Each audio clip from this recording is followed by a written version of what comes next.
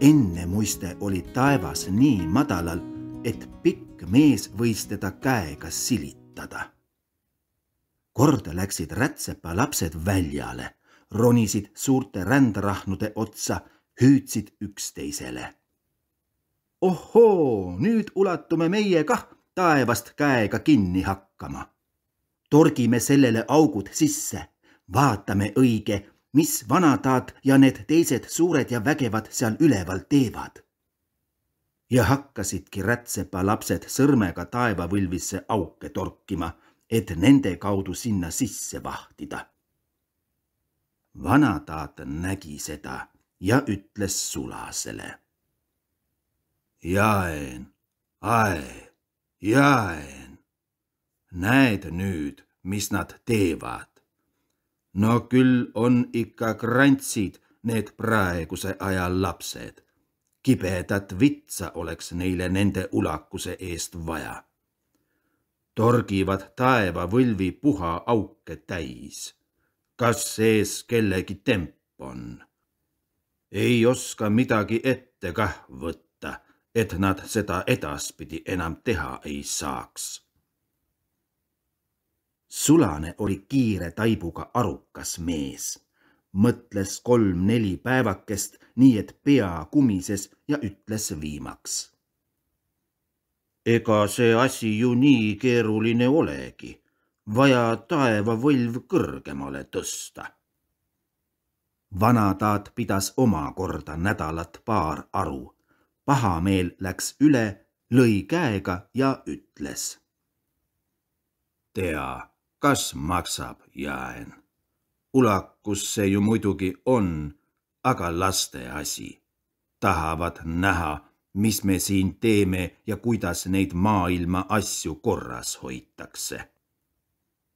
Nojah, seda küll, et laste asi, noogutas ka Sulane Jaen. Ja nii jäigi taevavõlv sel korral kõrgemale tõstmata. Varsti aga juhtus nõnda, et rätsep pidi oma pükstele uue põhja panema. Senine oli alatisest ristis jalgadega istumisest liiga hõredaks kulunud.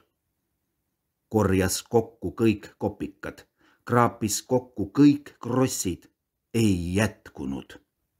Ja võttis suures hädas käärid kätte, läks lepikusse, kus kedagi nägemas polnud, ronis suure kivi kukile, lõikas taevavõlvist paraja ümmarguse tüki välja. Siis juhtus ka rätsepa naisel õnnetus. Kare ja pinnuline kirikupink oli temagi pühapäeva seelikul läbi kulutanud.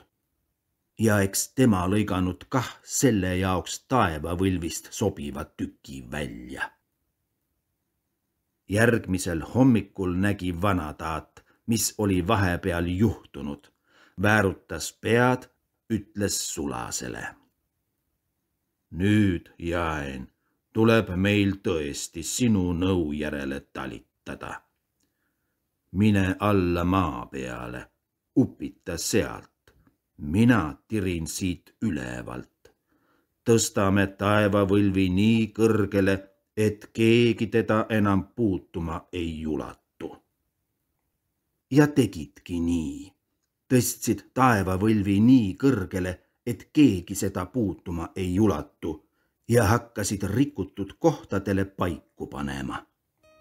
Aga et neil polnud parajasti kuskilt taevakarva sinist värvi riiet võtta, saidki neist teist värvi paikadest päike, kuu ning tähed.